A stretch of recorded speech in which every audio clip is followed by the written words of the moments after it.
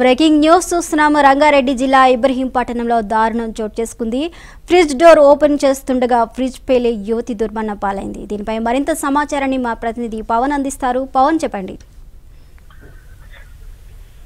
ఇంట్లో ఉండే రిఫ్రిజిరేటర్ లోని గ్యాస్ సిలిండర్ పేలి మంటలెగిసిపట్టడంతో ఒక విద్యార్థిని సజీవ దహనమైంది. నల్గొండ జిల్లా దేవరకొండకు చెందిన మనోహర్ లావణ్యాల కుమార్తె దీపిక బీటెక్ మొదటి సంవత్సరం చదువుతుంది.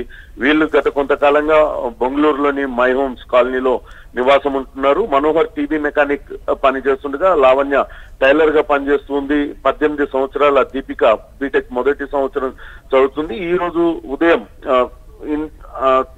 ఇంట్లో తలుపు గడియ పెట్టుకొని ఆమె చదువుకుంటూ ఉన్న సమయంలో నీళ్లు తాగేందుకు వెళ్లి వంటగదిలో ఫ్రిడ్జ్ తెరవగానే ఒక్కసారిగా అది పేలి మంటలు చెలరేగాయి. మంటలు అన్ని దీపిక పైన పడి అంటుకోవడంతో తీవ్ర గాయాలై అక్కడికక్కడే ఆమె మృతి చెందింది. అయితే ఫ్రిడ్జ్ లోని గ్యాస్ సిలిండర్ పేలుడు దాటికి తలుపు కూడా ఎగిరి అవతల పడింది. ఇల్లంతా షార్ట్ సర్క్యూట్ అయ్యి వస్తువులన్నీ కాలి బూడిదయ్యాయి. పెద్ద ఎత్తున శబ్దం మంటలు రావడంతో స్థానికులు హుటాహుటిన సంఘటనా స్థలానికి వచ్చి తీవ్రంగా కాలిపోయి గాయపడ్డ దీపికను ఆసుపత్రికి తరలించే ప్రయత్నం చేశారు.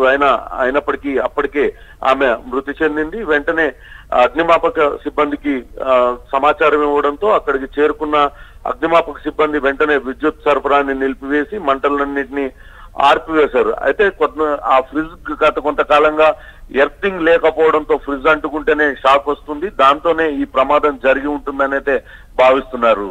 స్వప్న. Thank you Pawan.